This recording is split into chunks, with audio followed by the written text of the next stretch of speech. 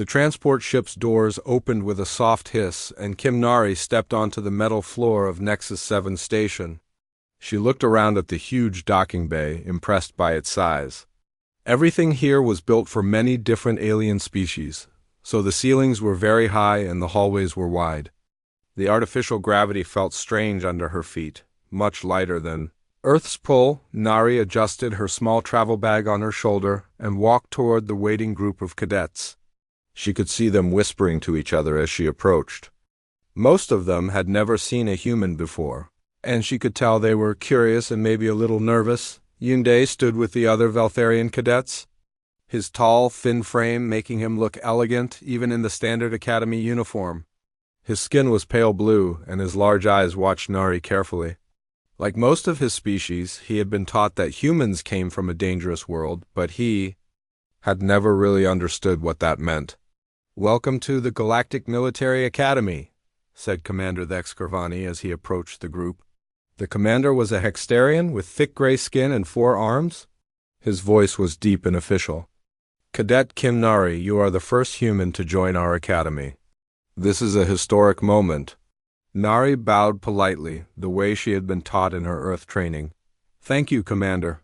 "I am honored to be here." The other cadets stared at her. She looked so normal, so small compared to many of them.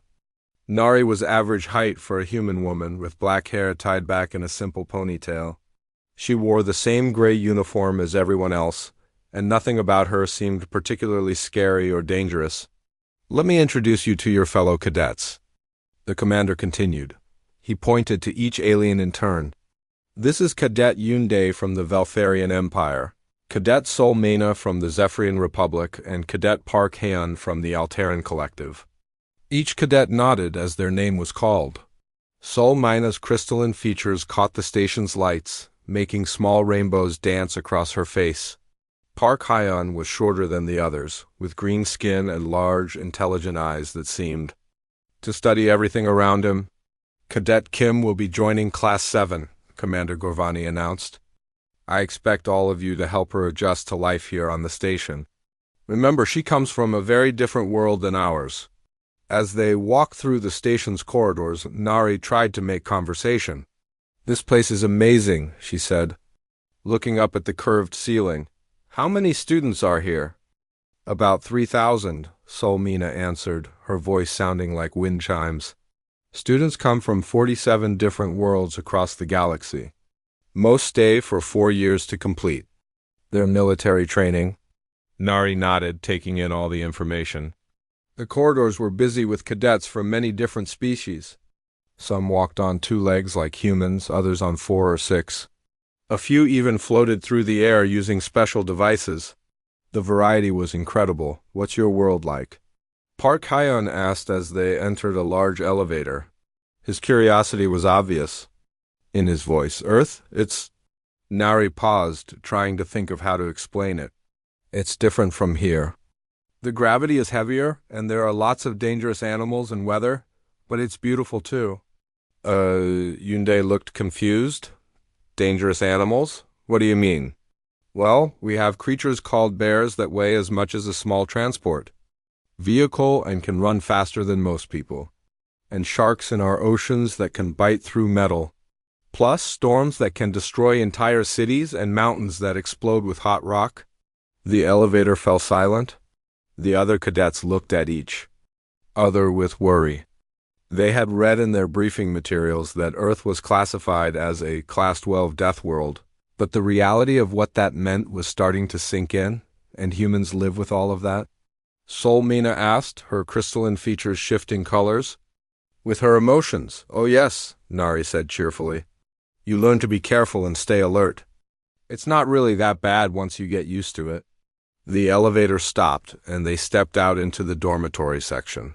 The hallways here were painted in soft colors, trying to make the metal walls feel more welcoming. Nari's room was small, but comfortable, with a bed, desk, and storage units built into the walls.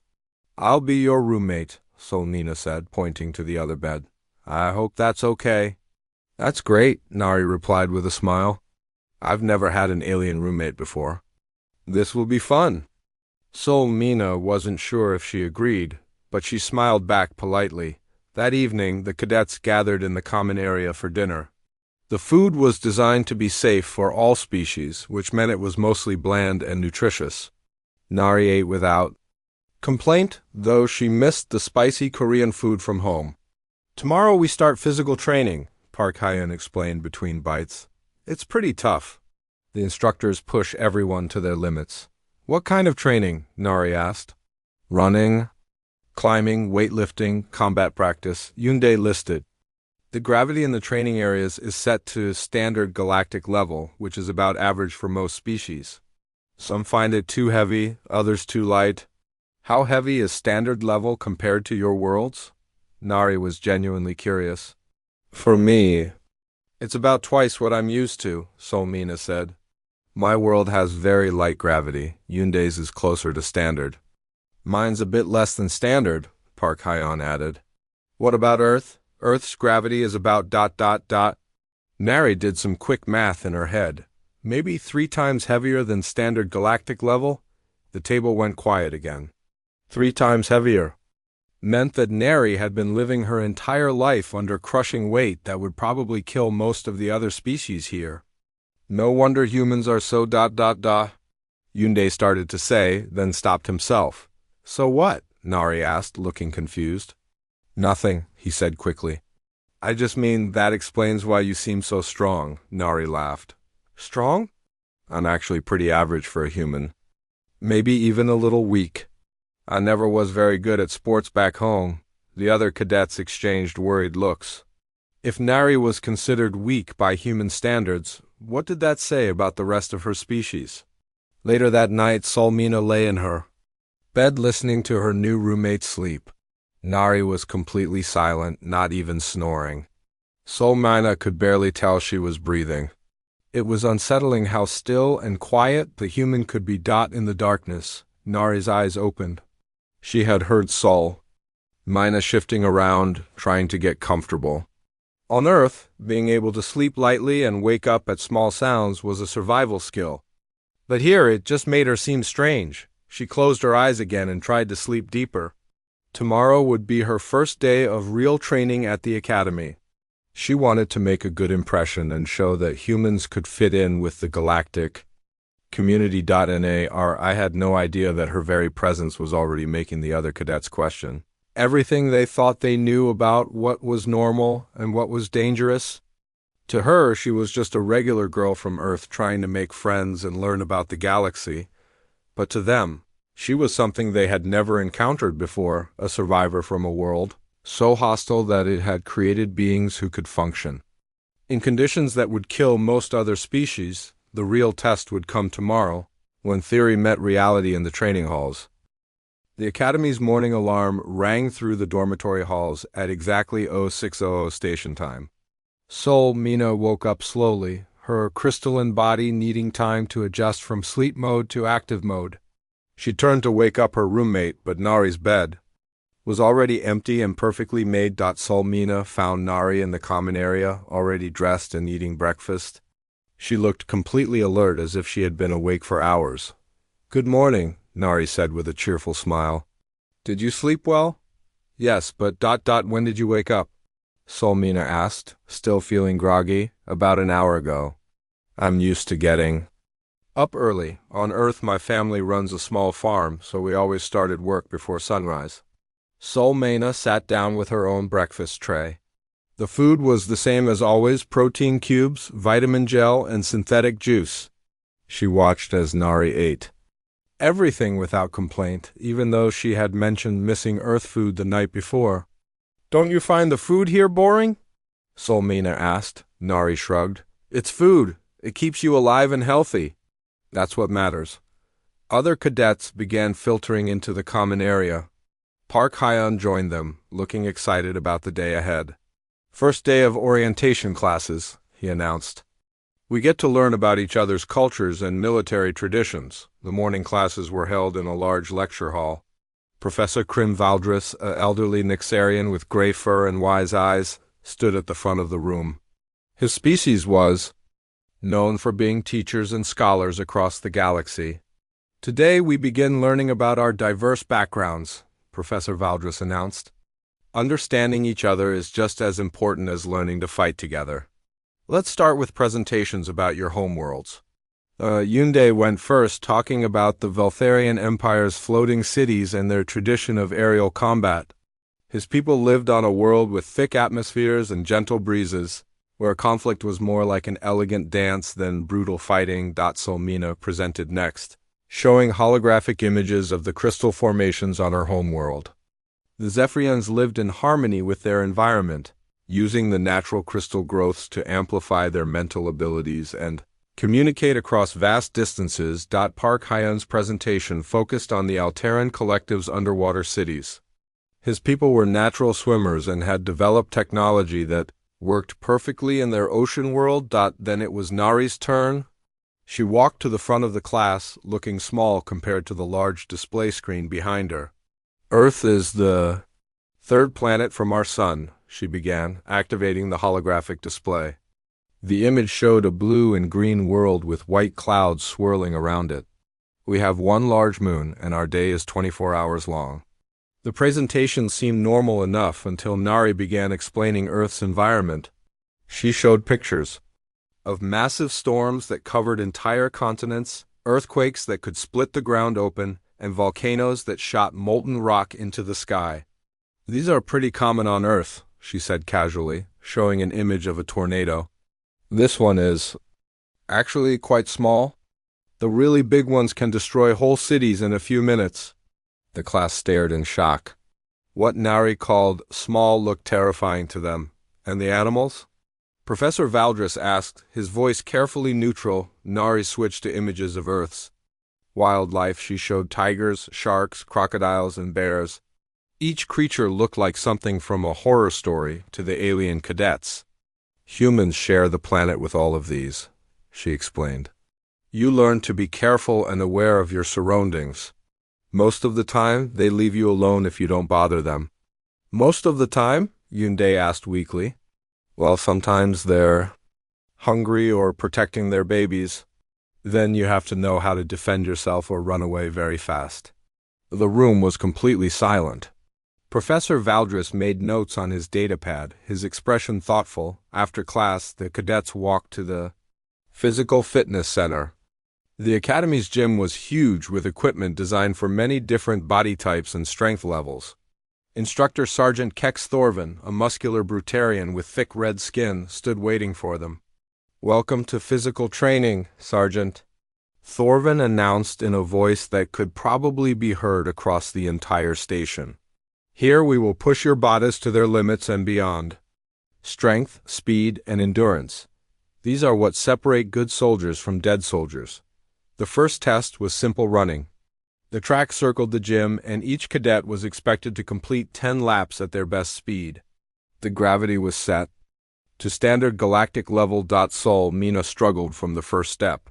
The gravity was much heavier than her homeworld, and she had to work hard just to move normally. Hyundai did better, his long legs helping him cover ground quickly, but he was breathing hard by the third lap. Park Hyun surprised everyone by keeping a steady pace throughout all 10 laps.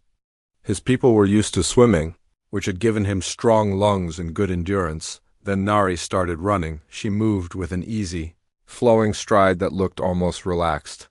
Her breathing stayed calm and steady, and she seemed to glide around the track. She completed her 10 laps while some of the other cadets were still on lap 7. Good work, Cadet Kim, Sergeant Thorvin said, making notes. Have you done distance running before? A little, Nari replied, not even breathing hard. I used to run to school every day. It was about 15 kilometers from our farm. 15 kilometers every day. As a normal part of her routine, the next test was weightlifting. Each cadet was asked to lift weights that were considered challenging for their species. The machine adjusted automatically based on their biological data. When Nari's turn came, she approached the lifting bar. The weight looked reasonable to her, similar to what she might lift back home during farm work. She gripped the bar and lifted it smoothly over her head. The machine beeped in confusion. Then it beeped again. Finally, an error message appeared on the display. What does that mean? Nari asked, Sergeant Thorvin looked at the machine, then at Nari, then back at the machine. It means the weight you just lifted is rated as impossible. For your body size and mass, the machine thinks it's broken. Oh, should I try a heavier weight? The sergeant stared at her for a long moment. Let's move on to the next exercise. The climbing wall was next. It was designed to be challenging, with small handholds and overhanging sections that required both strength and technique to navigate. Nari looked up at the wall, studying the route, then she began climbing. Her movements were smooth and confident, like she had been doing this her whole life. She reached the top in less than half the time of the previous best score. Where did you learn to climb like that? Park Hyan asked when she came down. We have lots of mountains and cliffs on Earth, Nari said. Sometimes you need to climb to get places, especially if you live in the countryside like my family does. By the end of the session, the other cadets were exhausted and sore. Nari looked like she could do the whole routine again without any trouble. That evening at dinner, the conversation was quieter than usual. The other cadets kept glancing at Nari, who was eating her meal and talking about how much she was enjoying learning about different cultures. Nari, Solmina said carefully, do all humans perform like you did today? Perform? Nari looked confused. You mean in the gym? I guess so. Maybe some are stronger or faster than me. I was never really athletic back home. Yunde nearly choked on his food. If Nari wasn't athletic by human standards, what were the athletic ones like? Later that night, Solmina lay in bed again, listening to her roommate's silent breathing. She was beginning to understand that having a human as a roommate might be more complicated than she had expected. In the darkness, she whispered, Nari, are you awake? Yes, came the immediate reply. Are you holding back during training?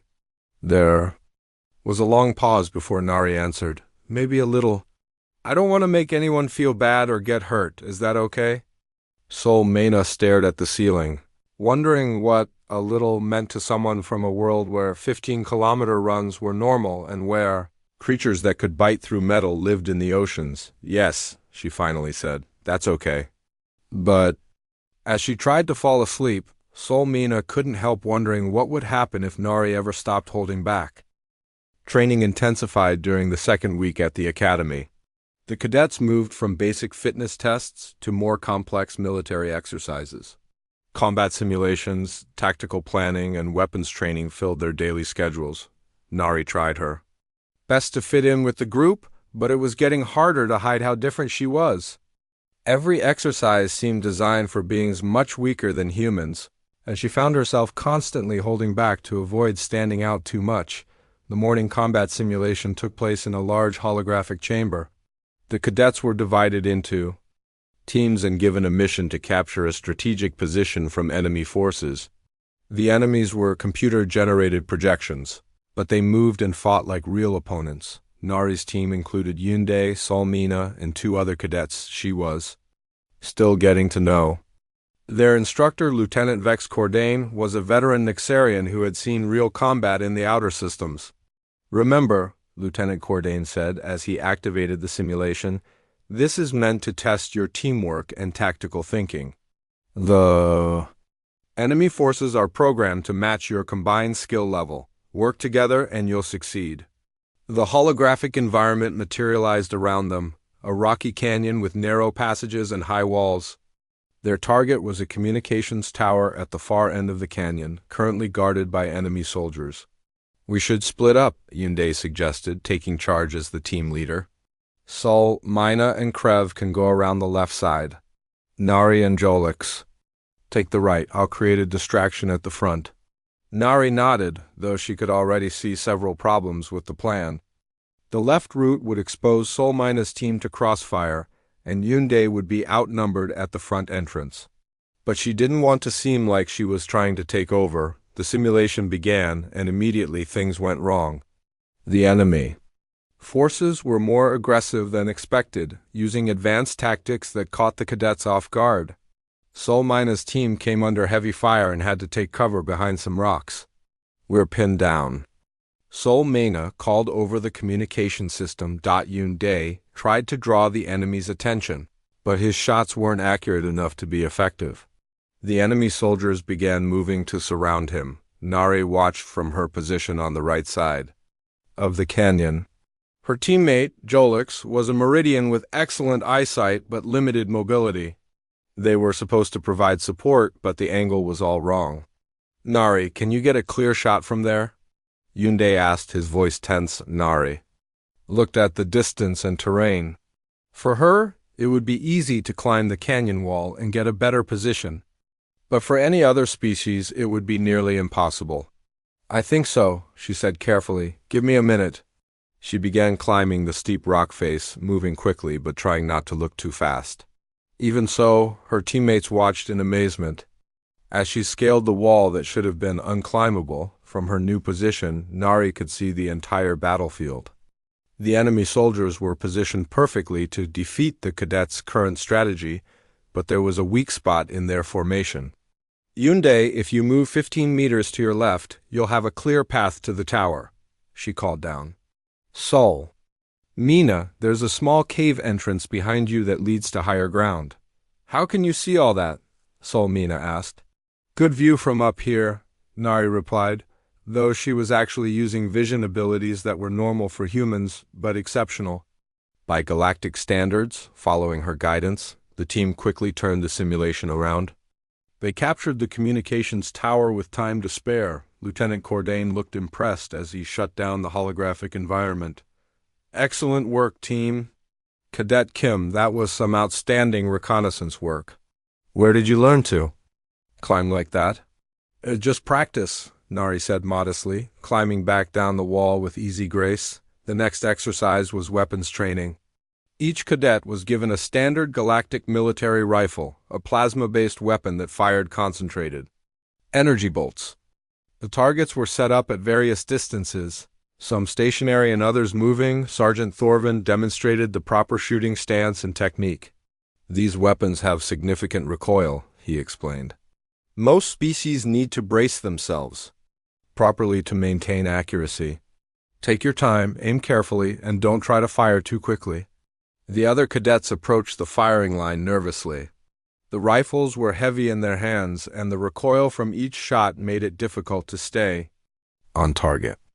Even Park Hayan, who had done well in other exercises, struggled with the weapon's kick. When Nari's turn came, she picked up the rifle and tested its weight. To her, it felt light and well-balanced. She had learned to shoot on Earth, where firearms had mechanical recoil much stronger than these energy weapons. She raised the rifle, aimed, and fired.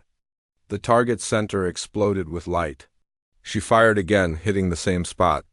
Then again and again, each shot perfectly placed. "Cease fire!" Sergeant Thorvin called, his voice strange. He walked over to examine Nari's target, then looked at the rifle she was holding. "Cadet Kim, have you used this type of weapon before?" "No, Sergeant. But I've used similar weapons on Earth. These are actually much easier to control." "Easier to control?" The sergeant looked at the rifle as if seeing it for the first time. "This weapon produces enough recoil to knock most species backward." "Really?" Nari looked surprised. "I barely felt it." The other cadets gathered around to look at her target. Every shot had hit the exact center, creating a pattern so tight it looked like she had only fired once. "Try the moving targets," Sergeant Thorvin said. His voice slightly strained. The moving targets were small and fast, designed to simulate enemy soldiers in combat. They appeared at random locations and moved in unpredictable patterns. Most cadets were lucky to hit one out of every 5 shots. Nari tracked the first target smoothly, fired once, and hit it dead center. The second target appeared from a different angle, hit. The third moved in a zigzag pattern, hit. She continued until all 10 targets were eliminated, never missing once. The training area fell completely silent. "How?" Yunde asked weakly. "We have lots of fast-moving animals on Earth," Nari explained. "If you hunt for food, you learn to shoot quickly and accurately. You usually only get one chance." "You hunt your own food?" Sol Mina asked, her crystalline features shifting to worried colors. "Sometimes. Not in the cities, but in the countryside where I grew up, it's pretty normal. My dad taught me when I was 12. 12 years old. She had been learning to kill moving targets when most of them were still playing with toys. The final exercise of the day was hand-to-hand combat training. The cadets were paired up to practice basic defensive moves. The idea was to learn how to disarm an opponent and protect yourself without causing serious injury. Nari was paired with a large Brutarian cadet named Gorth. He was twice her size and looked like he could crush her without trying. The instructor demonstrated the technique slowly, showing how to redirect an attacker's momentum and use their strength against them. Remember, the instructor said, these are defensive moves only. The goal is to stop an attack, not to hurt your partner. Everyone practiced slowly and carefully. Gorth approached Nari hesitantly.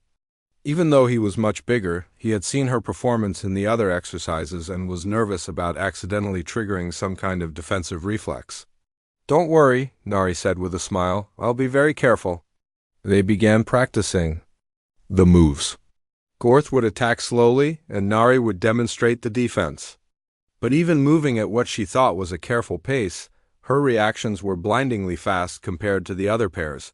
When Gorth grabbed for her arm, Nari's body wanted to respond with the combat training she had learned on Earth. She forced herself to move slowly, to think through each step instead of relying on instinct. But even her slow movements made Gorth stumble and lose his balance. Sorry, she said, helping him stay upright. I'm still getting used to the lighter gravity here. The instructor watched them practice, making notes on his datapad.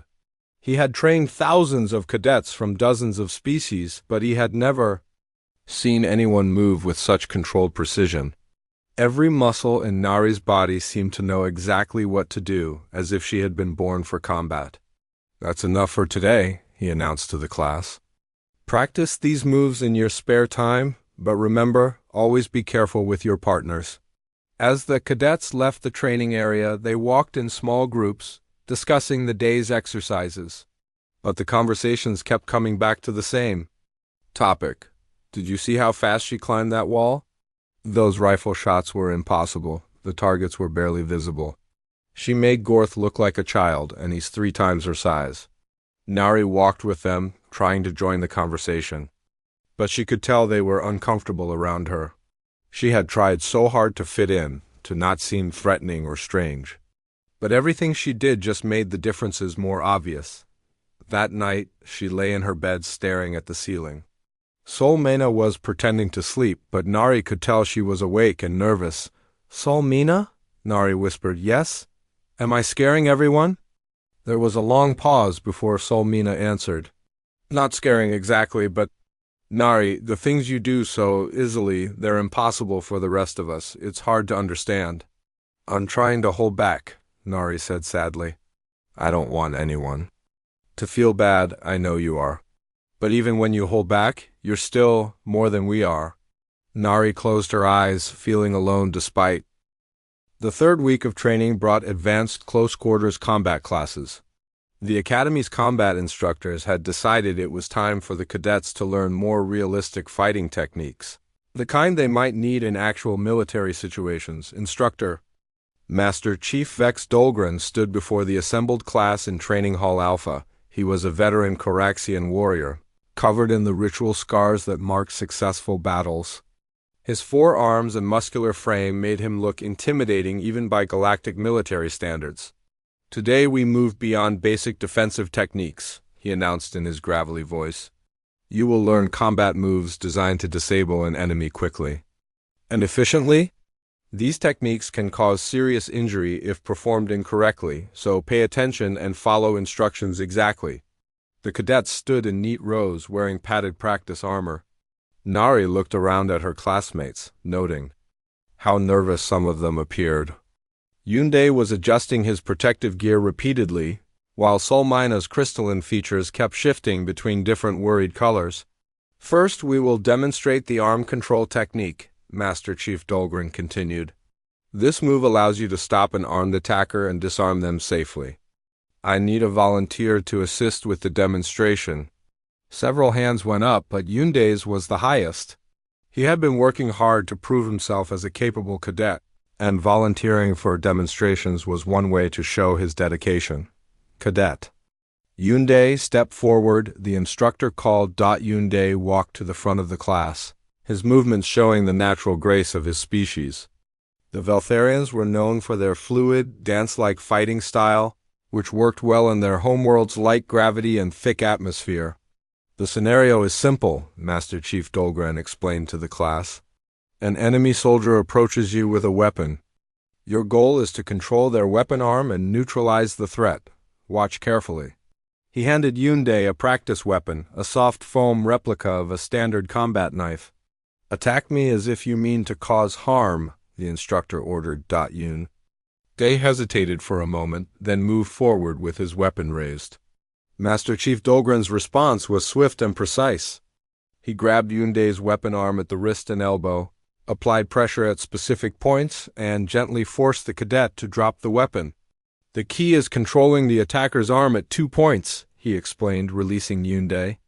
Grip the wrist to control the weapon, apply leverage at the elbow to control their movement. Do this correctly and even a larger opponent becomes manageable? The class watched attentively as he demonstrated the technique several more times, each repetition showing the precise hand placement and body positioning required. Now you will practice in pairs, Master Chief Dolgren announced. Remember, this is training. Move slowly, communicate with your partner, and stop immediately if anyone feels pain or discomfort. The cadets paired off around the room. Nari found herself partnered with Yoondae, who had volunteered to work with her after seeing her try to fit in during previous exercises. You can be the attacker first, Yoondae said, offering her the practice weapon. I'll try the defense technique. Nari took the foam knife, feeling its weight and balance. Even though it was just a training tool, her body automatically assessed it as a potential weapon. On Earth, she had learned knife defense as part of basic survival training, not from instructors, but from her older brother who had served in the Korean military. Ready? She asked. Yoondae nodded, settling into the defensive stance they had been shown. Nari moved forward slowly, holding the weapon as the instructor had demonstrated. She was being very careful to give Yoondae plenty of time to react and practice the defensive technique. Yoondae reached for her weapon arm, trying to replicate the grip he had seen. His movements were careful and deliberate, but they lacked the speed and precision of the instructor's demonstration. Nari held still, letting him practice the arm control technique without resistance. Good, she said encouragingly. That feels right. They switched roles, with Yoondae taking the practice weapon. He had seen Nari's incredible performance in other training exercises, so he was extra careful as he approached her. Just like the instructor showed, Nari said calmly. Move at whatever speed feels comfortable. Yoondae advanced slowly, holding the weapon in what he thought was a threatening manner. To Nari, his movement seemed almost comically slow and telegraphed, but she reminded herself that he was doing his best with techniques that were new to him. As his weapon arm came toward her, Nari reached out to grab his wrist just as the instructor had demonstrated. But the moment her fingers made contact with Yoondae's arm, something went wrong. The touch registered in Nari's nervous system as an incoming attack. Her brain, trained by years of living on a world where split-second reactions meant the difference between life and death, interpreted the grab as a potentially lethal threat before anyone could blink, before even Nari realized what was happening. Her body responded with pure human combat instinct. Her left hand locked onto Yoondae's wrist like a mechanical vice. Her right hand shot to his elbow with blinding speed. In one fluid motion that took less than 1/10 of a second, she pivoted her entire body weight into the technique. The sickening crack of breaking bone echoed through the training hall. Yoon Dae's scream pierced the air as he collapsed to the floor, his arm bent at an impossible angle. The elbow joint had been completely destroyed, with bone fragments visible through his torn skin. The training hall fell into shocked silence. Every cadet and instructor stared in horror at the scene. Yoondae writhed on the floor, his blue skin turning pale from shock and blood loss. Nari stood frozen above him, her hands still extended in the position they had been when the technique completed. Her face showed complete shock and horror as she realized what had happened. Medical team to Training Hall Alpha immediately.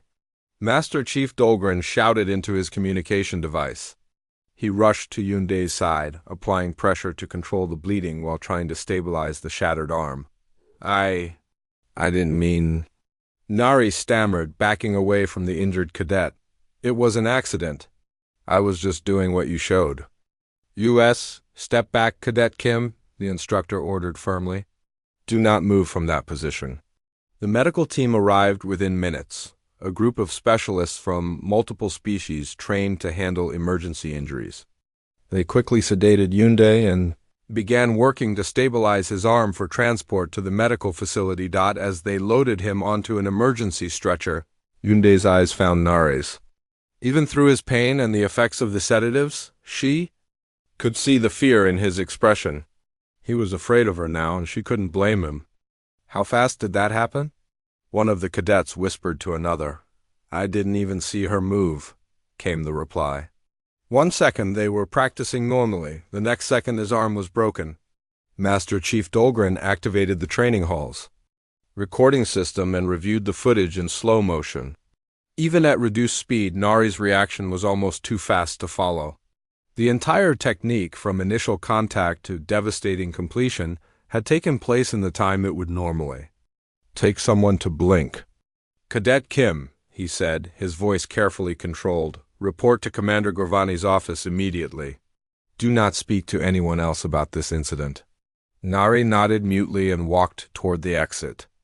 Behind her, she could hear the other cadets whispering among themselves, their voices filled with fear and confusion. Did you see how fast she moved? She destroyed his elbow like it was made of paper. What if she had grabbed his neck instead? As Nari walked through the station's corridors toward the commander's office, she replayed the incident over and over in her mind. She had been trying so hard to be gentle, to fit in with her new classmates. But when Yunde had grabbed her arm, her body had reacted before her mind could stop it. On Earth, that reaction would have been normal, even restrained. The technique she had used was considered basic self-defense, something any teenager might learn. But here, in the lighter gravity with beings from gentler worlds, her basic response had been devastatingly effective. She thought about Yunde's face, the shock and pain and fear in his eyes. He had been trying to help her, trying to be her friend and training partner. And she had hurt him so badly that he might never fully recover. The commander's office was at the end of a long corridor. As Nari approached the door, she wondered if this was the end of her time at the academy. Would they send her back to Earth? Would humans be banned from joining the galactic military? She had wanted to prove that humans could work alongside other species, that they could be trusted partners in building a peaceful galaxy. Instead, she had shown them exactly why Earth was classified as a death world, and why its inhabitants might be too dangerous to live among civilized species. The door to Commander Gorvani's office slid open, and Nari stepped inside to face the consequences of what her body had done in that single, terrible moment. Commander Gorvani's office felt cold and formal as Nari stood at attention before his desk. The four-armed Hexterian commander studied her with all four of his dark eyes, his expression unreadable. Behind him, the large viewscreen showed the swirling stars outside the station, a reminder of how far from home she was. Sit down, Cadet Kim, Commander Gorvani said finally, his deep voice echoing in the quiet room. Nari took the chair across from his desk, her hands folded in her lap. She could still hear Yunde's scream echoing in her mind, could still see the shock and fear in his eyes as the medical team carried him away. Tell me what happened in your own words, the commander said, activating a recording device on his desk. We were practicing the arm control technique that Master Chief Dolgren had demonstrated. Nari began, her voice barely above a whisper. Yunde volunteered to be my partner. We had switched roles, and he was approaching me with the practice weapon. When he reached for my arm, my body just reacted. Reacted how? I grabbed his wrist and elbow and applied the technique we had been shown, but I did it too fast, too hard. I broke his arm. Her voice cracked slightly on the last words. Commander Gorvani made notes on his datapad. Had you practiced this technique before coming to the academy? Similar techniques. Yes. Basic self-defense is taught to most children on Earth, but I thought I was being careful. I thought I was moving slowly. The recording shows the entire incident took place in 0.08 seconds, the commander said, consulting his notes. That's faster than most species can consciously react to danger. Were you intentionally moving at combat speed? No. Nari looked up, her eyes wide with horror. I would never intentionally hurt Yunde. He was trying to help me fit in. He's been nothing but kind to me since I arrived. The commander studied her for a long moment. I believe you, Cadet Kim, but we have a serious problem. One of our cadets is in medical with injuries that may permanently disable him, and the cause was what you consider a basic defensive reaction. Is he going to be okay? Nari asked anxiously. The medical team is working on him now. Dr. Zinara says they can rebuild the joint, but he'll need months of recovery and may never regain full mobility in that arm. Nari felt sick. Yunde might be permanently disabled because of her reaction. The guilt was overwhelming. Sir, I want to take full responsibility for what happened. If there are charges to be filed or if I need to be expelled from the academy, I understand. The situation is more complicated than simple disciplinary action, Commander Gorvani said. This incident has raised questions about the feasibility of integrating humans into galactic military structures. I've been in contact with both Earth's diplomatic corps and the Galactic Federation Council. A chime sounded at the office door and the commander looked up. Enter. Dr. Li Chan walked into the office and Nari felt a small sense of relief at seeing another human. Dr. Li was the station's xenobiology specialist and had been part of the team that helped design the human integration program. Commander, I came as soon as I heard about the incident, Dr. Li said, nodding to both of them. How is Cadet Yunde? Stable, but severely injured. Dr. Zinara says the repair surgery will take several hours. Commander Gorvani gestured to another chair. I'm glad you're here, Doctor. We need your expertise to understand what happened. Dr. Li sat down and looked at Nari with sympathetic eyes. Are you all right, Nari? I'm fine physically, she replied. But I can't believe I hurt him so badly. I was trying to be so careful. Tell me exactly what you felt when the incident occurred, Dr. Li said, pulling out his own datapad. Yunde grabbed my arm to practice the defensive technique. The moment I felt his hand on my wrist, it was like my body took over. I didn't think about what I was doing. I just reacted the way I was trained to react when someone grabs me, Dr. Li nodded grimly. Commander, I think I understand what happened. May I explain some things about human physiology and psychology? Please do. We need to understand if this was an isolated incident or if it represents a broader problem. Dr. Li activated the room's holographic display, showing a three-dimensional model of a human nervous system. Humans evolved on what we classify as a Class 12 deathworld. To survive in such an environment, they developed extremely fast reflexes and powerful fight or flances. The display zoomed in on the human brain, highlighting specific regions. When a human perceives a potential threat, their nervous system can trigger defensive actions faster than conscious thought. This reaction is completely involuntary and nearly impossible to suppress once activated. But surely she could have controlled herself, Commander Gorvani said. Other species manage to control their natural instincts during training.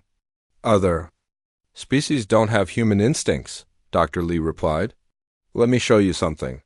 He changed the display to show comparative reaction times between different species. The average galactic species has a conscious reaction time of about 0.3 seconds. Humans average 0.15 seconds for conscious reactions, but their unconscious defensive reflexes can activate in as little as 0.05 seconds. That's what happened to me, Nari said quietly. By the time I realized what was happening, it was already over, Dr. Li nodded. Exactly. From Nari's perspective, she was grabbed by what her nervous system interpreted as a potential attacker. Her body responded with defensive techniques that are designed to stop threats immediately and permanently. "Are you saying she had no control over her actions?" the commander asked. "In that specific moment with that specific trigger, correct?" Her conscious mind wanted to practice gently with her classmate. But her unconscious mind detected what it interpreted as an attack and responded accordingly. Commander Gorvani leaned back in his chair, all four hands clasped in front of him. "This presents us with a serious dilemma. If humans cannot control their defensive reactions, how can they safely interact with other species in military situations?" "There are ways to manage it," Dr. Lee said. "Humans have been dealing with these issues for thousands of years. We've developed training methods, environmental controls, and social protocols that help minimize accidental triggers." "What kind of protocols?" Nari asked, hoping there might be a solution. "Well, for example, humans are taught from childhood never to grab someone unexpectedly, especially from behind or in low visibility conditions. We also practice controlled exposure to triggering situations so we can learn to manage our responses better." "But the technique we were practicing specifically requires grabbing someone's arm," Commander Gorvani pointed out, "which is why it was dangerous to have Nari practice it without proper preparation," Dr. Lee said.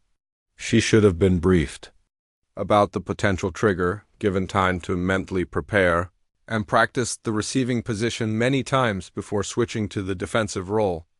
Nari felt a mix of relief and guilt.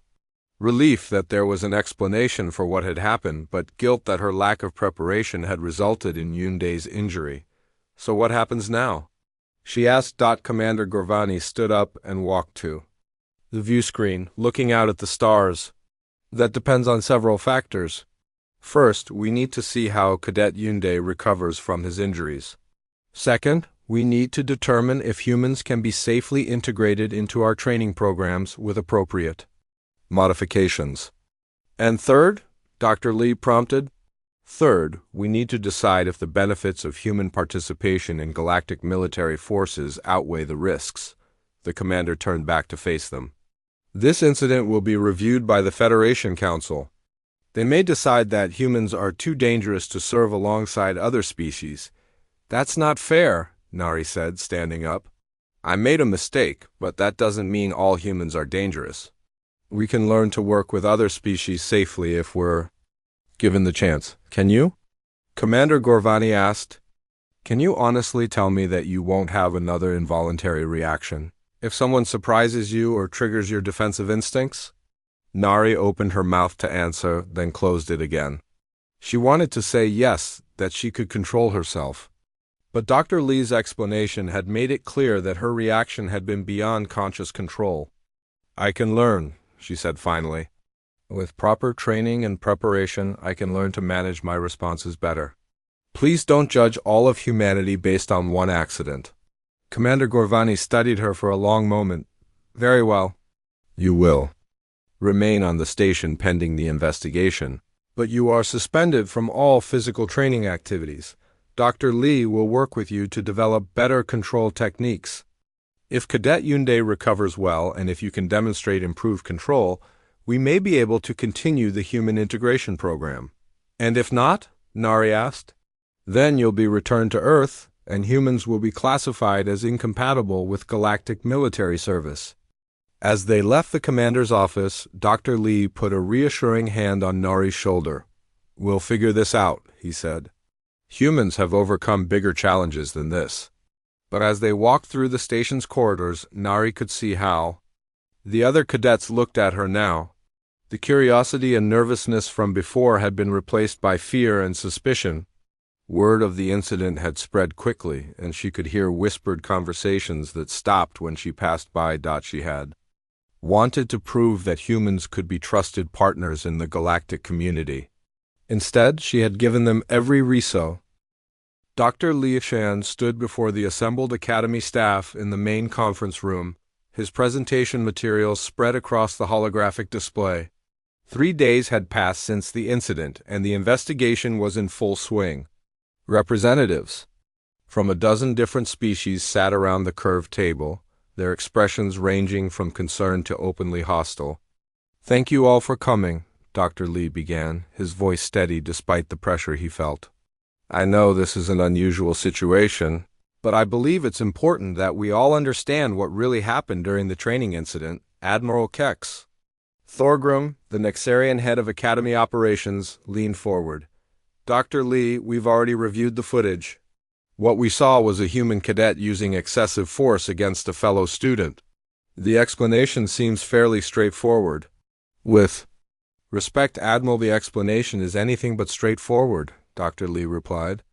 What you witnessed was not a deliberate attack, but rather an involuntary biological response that is fundamental to human survival.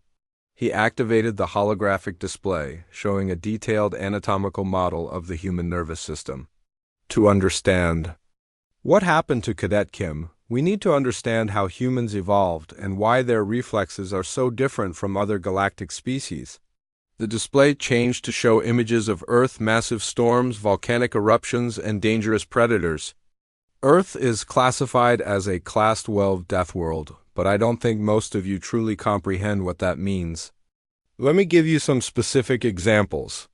Dr. Lee highlighted an image of a large predator. This is a Terran tiger. It weighs approximately 300 kilograms, can run at speeds up to 65 kilometers per hour, and it has claws that can slice through bone. Tigers can kill a human in seconds, and they often hunt by ambush.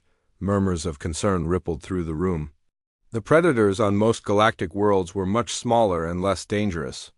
This is a grizzly bear, Dr. Lee continued, showing another image.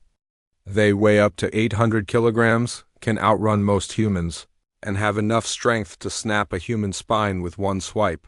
They're omnivores, meaning they will actively hunt humans for food. Professor Valdris raised one of his furry hands. Dr.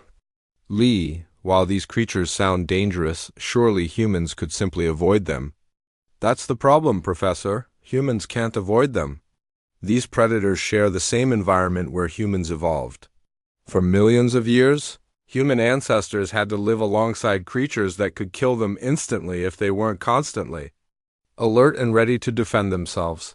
The display now showed human reaction time comparisons.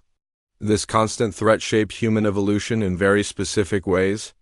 Their nervous systems developed to trigger defensive responses faster than conscious. When a human detects what might be a threat, their body prepares to fight or flee before their brain has time to analyze the situation. Dr. Zinara, the station's chief medical officer, consulted her notes. The injured cadet's arm showed damage, consistent with techniques designed to permanently disable an opponent. Are you saying this was not intentional? Exactly, Dr. Lee said firmly. Human defensive techniques evolved to stop threats immediately and completely. On Earth, if you're attacked by a predator, you don't have time for warnings or gradual escalation. You have one chance to defend yourself, and it has to be effective. He showed a slow-motion replay of the incident from the training hall. Even at reduced speed, Nari's movement was incredibly fast and precise. What you're seeing here is not a trained soldier executing a combat technique. This is a young woman's nervous system responding to what it interpreted as a potentially lethal attack. From her biological perspective, someone grabbing her arm could have been the first move in a sequence that would end with her death. Admiral. Thorgrim looked skeptical. Dr. Lee, you're asking us to believe that humans cannot control their own actions. That seems to suggest they're fundamentally incompatible with civilized military service. Not at all, Dr. Lee replied. Humans have been controlling these responses for thousands of years.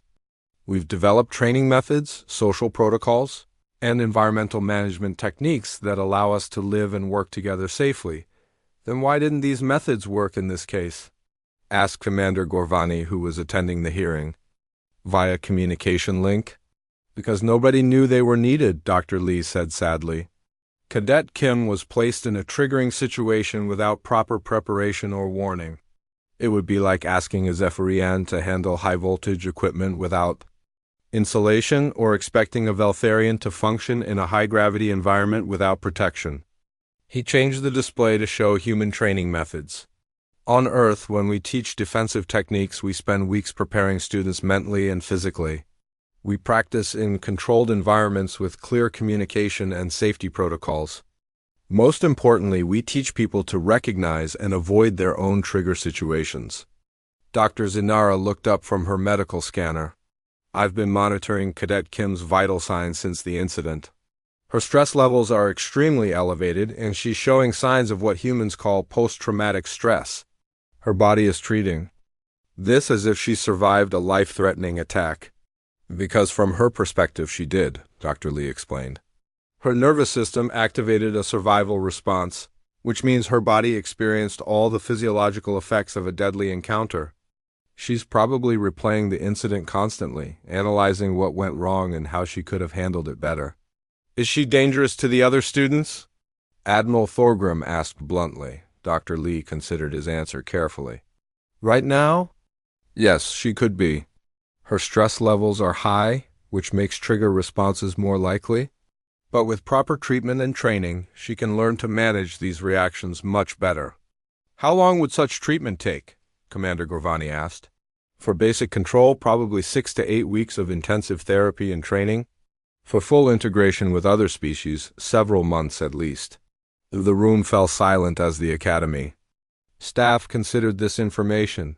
Finally, Admiral Thorgrim spoke again.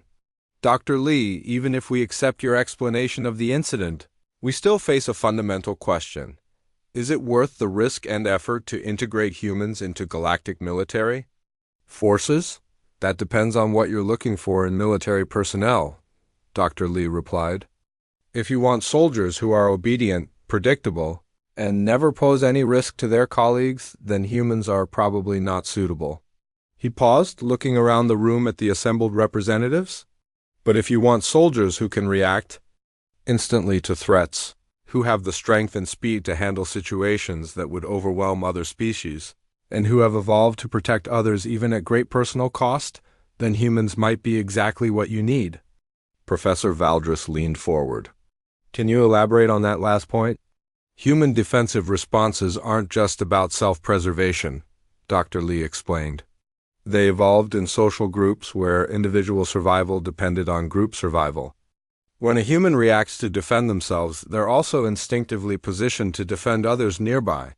He showed footage of human military units in action during Earth's conflicts. Human soldiers don't just fight for themselves.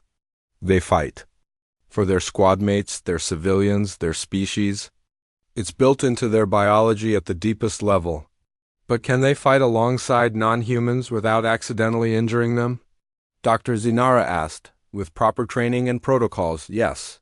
Humans have worked with other species on Earth, with animals with artificial intelligences, even with other human groups that have very different physical capabilities. We know how to adapt. Admiral Thorgrim stood up, signaling the end of the session. Dr. Lee, thank you for this explanation. We'll need time to consider all the factors involved. For now, Cadet Kim remains suspended from physical activities, and the Human Integration Program is on hold pending our decision. As the staff members filed out of the conference room, Dr. Lee gathered his materials with mixed feelings. He had explained the science behind the incident, but he wasn't sure if it was enough to save Nari's career or the future of human participation. In galactic military forces, the real test would come when the Academy staff weighed the risks against the potential benefits. And that decision would affect not just one young woman's dreams, but the entire relationship between humanity and the galactic community. Outside the conference room, he could see Nari waiting in the corridor. She looked small and vulnerable, nothing like the dangerous predator some of the staff members seemed to think she was. How did it go? She asked anxiously. I told them the truth, Dr. Lee replied. Now we have to hope that's enough. But even as he said it, he wondered if the truth about human nature would be seen as a reason to welcome humans into galactic society, or as proof that they were too dangerous to be trusted with such responsibility. Yunde lay in the medical bay's recovery room, his reconstructed arm suspended in a healing field that glowed with soft blue light. The surgery had taken 9 hours, with Dr. Zinara and her team working to rebuild his shattered elbow joint. Using advanced bioregeneration technology, the door chimed softly. and Solmina entered carrying a small bouquet of synthetic flowers from the station's hydroponics lab. Her crystalline features showed concern as she approached his bed. "How are you feeling?"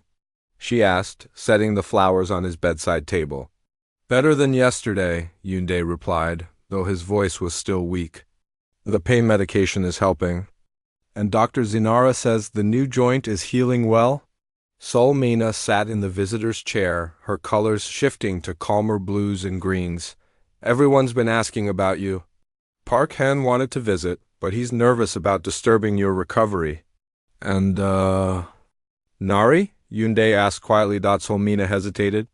She's been suspended from all training activities. Dr. Lee is working with her on some kind of specialized therapy. She's not allowed contact with the other cadets right now. Yunde nodded slowly. "I've been thinking about what happened. The more I remember, the more I realize she wasn't trying to hurt me." "What do you mean?" "When I grabbed her arm, I saw her face for just a split second before everything happened. She looked surprised, not angry or aggressive, just surprised, like she didn't expect her body to react that way." Solmina leaned forward. "The academy staff is still investigating. There's talk that humans might be removed from the integration program entirely." "That would be wrong," Yunde said firmly, surprising her with his conviction. "Wrong? She broke your arm in less than a second." "She saved my life 3 days earlier," Yunde pointed out. "During the combat simulation, when I was pinned down by enemy fire, she climbed an impossible wall and guided our entire team to victory. She could have easily completed the mission by herself, but instead she helped all of us succeed together." Mina considered this. "I remember that. She seemed to know exactly where everyone was and what they needed to do." "Because she was watching out for all of us," Yunde said. "That's what humans do, isn't it? They protect their group. Even when she hurt me, I don't think it was really an attack. I think it was her body trying to protect itself so she could protect others." The door chimed again, and Park Hyan entered nervously. His green skin showed the stress patterns that appeared when Alterans were worried. "I hope I'm not disturbing you," he said. "I wanted to see how you were doing." "I'm glad you came," Yunde said, gesturing for him to take another chair. Mena was just telling me about the investigation." Park Hyan sat down, his large eyes full of concern. "It's not going well?" "Admiral Thorgrim seems convinced that humans are too dangerous for military service. Some of the other staff members agree with him." "What about the ones who disagree?" Solmina asked. "Professor Valdris thinks we should give them another chance." "But with better safety protocols?" "Master Chief Dolgran is actually defending Nari, saying that any species' defensive reflexes would be dangerous if triggered improperly." Yunde shifted in his bed, wincing slightly as his arm moved. "I want to speak at the final hearing." "Are you sure that's a good idea?" Solmina asked.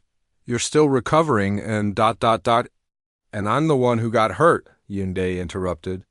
"If anyone has the right to speak about what happened, it's me." Park Hyan looked thoughtful. "What would you say?" "That Nari isn't dangerous. She's protective. There's a difference."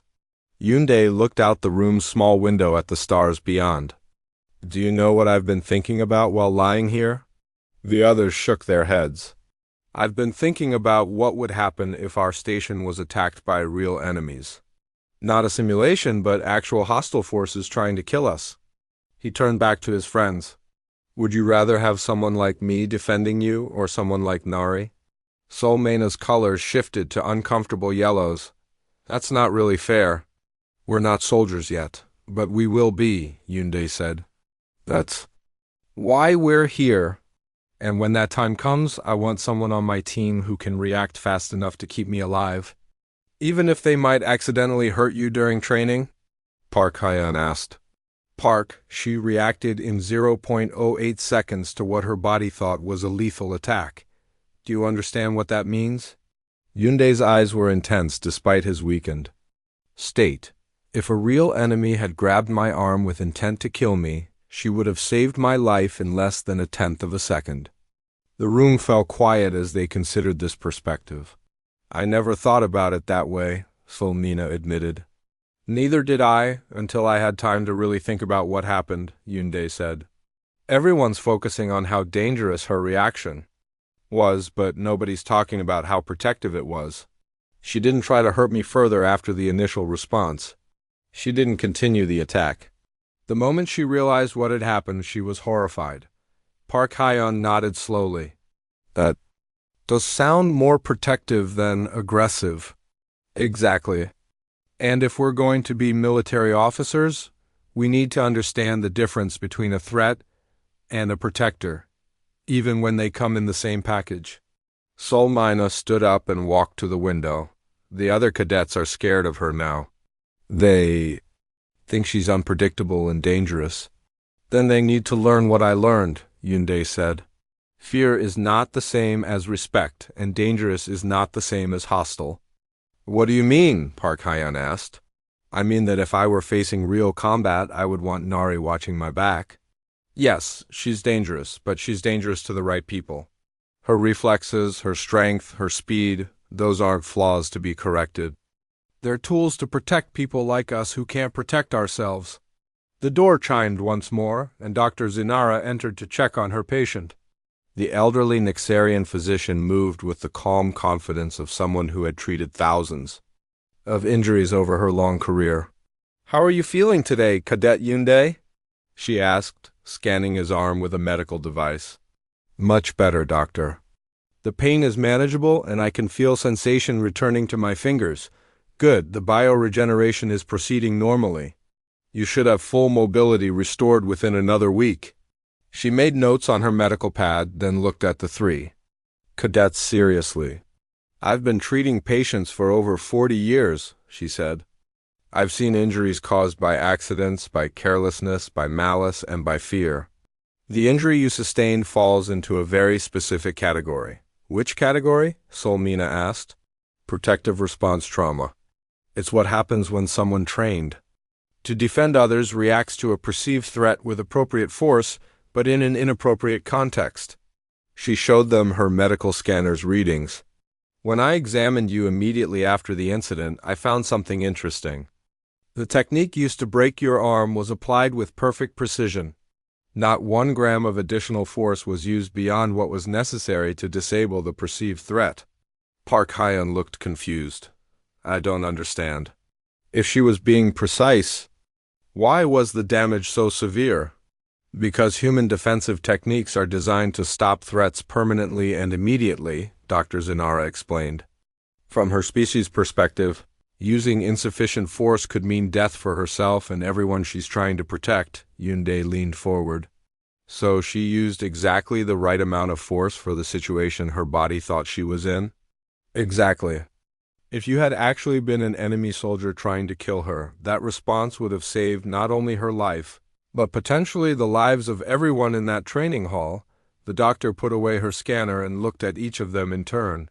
I'm scheduled to testify at the final hearing tomorrow. I'll be recommending that the human integration program continue, with appropriate modifications to training protocols. Will that be enough to change their minds? Solmina asked. I don't know. Dr. Zinara admitted. But I do know that dismissing an entire species because one individual had an involuntary protective response would be a tragedy for the entire galactic community.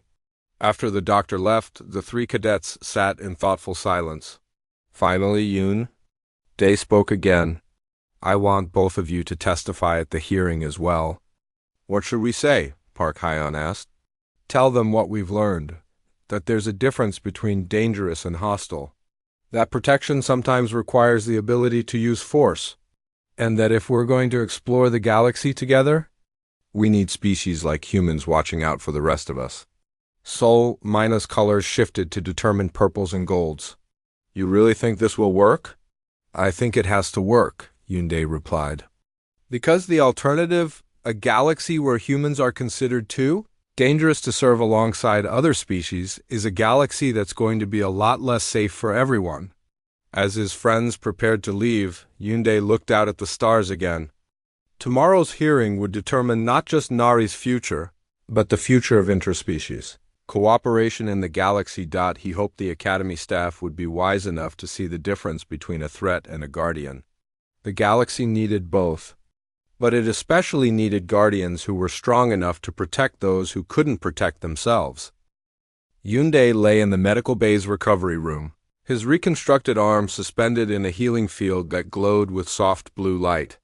The surgery had taken 9 hours, with Dr. Zinara and her team working to rebuild his shattered elbow joint.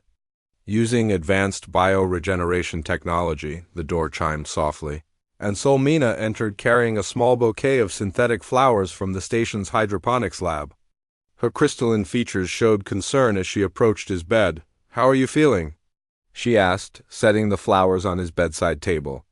"Better than yesterday," Yunde replied, though his voice was still weak. "The pain medication is helping." "And Dr. Zinara says the new joint is healing well?" Solmina sat in the visitor's chair, her colors shifting to calmer blues and greens. "Everyone's been asking about you. Park Hen wanted to visit, but he's nervous about disturbing your recovery." "And, Nari?" Yunde asked quietly. Solmina hesitated. She's been suspended from all training activities. Dr. Lee is working with her on some kind of specialized therapy. She's not allowed contact with the other cadets right now. Yunde nodded slowly. "I've been thinking about what happened. The more I remember, the more I realize she wasn't trying to hurt me." "What do you mean?" "When I grabbed her arm, I saw her face for just a split second before everything happened. She looked surprised, not angry or aggressive, just surprised, like she didn't expect her body to react that way." Solmina leaned forward. "The Academy staff is still investigating. There's talk that humans might be removed from the integration program entirely." "That would be wrong," Yunde said firmly, surprising her with his conviction. "Wrong? She broke your arm in less than a second." "She saved my life 3 days earlier," Yunde pointed out. "During the combat simulation, when I was pinned down by enemy fire, she climbed an impossible wall and guided our entire team to victory. She could have easily completed the mission by herself, but instead she helped all of us succeed together." Mina considered this. "I remember that. She seemed to know exactly where everyone was and what they needed to do." "Because she was watching out for all of us," Yunde said. "That's what humans do, isn't it? They protect their group. Even when she hurt me, I don't think it was really an attack. I think it was her body trying to protect itself so she could protect others." The door chimed again, and Park Hyen entered nervously. His green skin showed the stress patterns that appeared when Alterans were worried. "I hope I'm not disturbing you," he said. "I wanted to see how you were doing." "I'm glad you came," Yunde said, gesturing for him to take another chair. Mena was just telling me about the investigation." Park Hyen sat down, his large eyes full of concern. "It's not going well?" "Admiral Thorgrim seems convinced that humans are too dangerous for military service. Some of the other staff members agree with him." "What about the ones who disagree?" Solmina asked. "Professor Valdris thinks we should give them another chance, but with better safety protocols."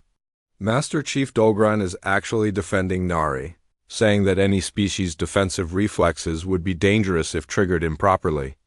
Yunde shifted in his bed, wincing slightly as his arm moved. "I want to speak at the final hearing." "Are you sure that's a good idea?" Solmina asked. "You're still recovering and ... And I'm the one who got hurt," Yunde interrupted. "If anyone has the right to speak about what happened, it's me." Park Hyen looked thoughtful. "What would you say?" "That Nari isn't dangerous. She's protective. There's a difference." Yunde looked out the room's small window at the stars beyond. "Do you know what I've been thinking about while lying here?" The others shook their heads. "I've been thinking about what would happen if our station was attacked by real enemies. Not a simulation, but actual hostile forces trying to kill us." He turned back to his friends. "Would you rather have someone like me defending you or someone like Nari?" Solmena's colors shifted to uncomfortable yellows. "That's not really fair. We're not soldiers yet, but we will be," Yunde said. "That's why we're here. And when that time comes, I want someone on my team who can react fast enough to keep me alive." Even if they might accidentally hurt you during training? Park Hyan asked. Park, she reacted in 0.08 seconds to what her body thought was a lethal attack. Do you understand what that means? Yunde's eyes were intense despite his weakened state. If a real enemy had grabbed my arm with intent to kill me, she would have saved my life in less than 1/10 of a second. The room fell quiet as they considered this perspective. I never thought about it that way, Solmina admitted. Neither did I, until I had time to really think about what happened, Yunde said. Everyone's focusing on how dangerous her reaction was, but nobody's talking about how protective it was. She didn't try to hurt me further after the initial response. She didn't continue the attack. The moment she realized what had happened, she was horrified. Park Hyan nodded slowly.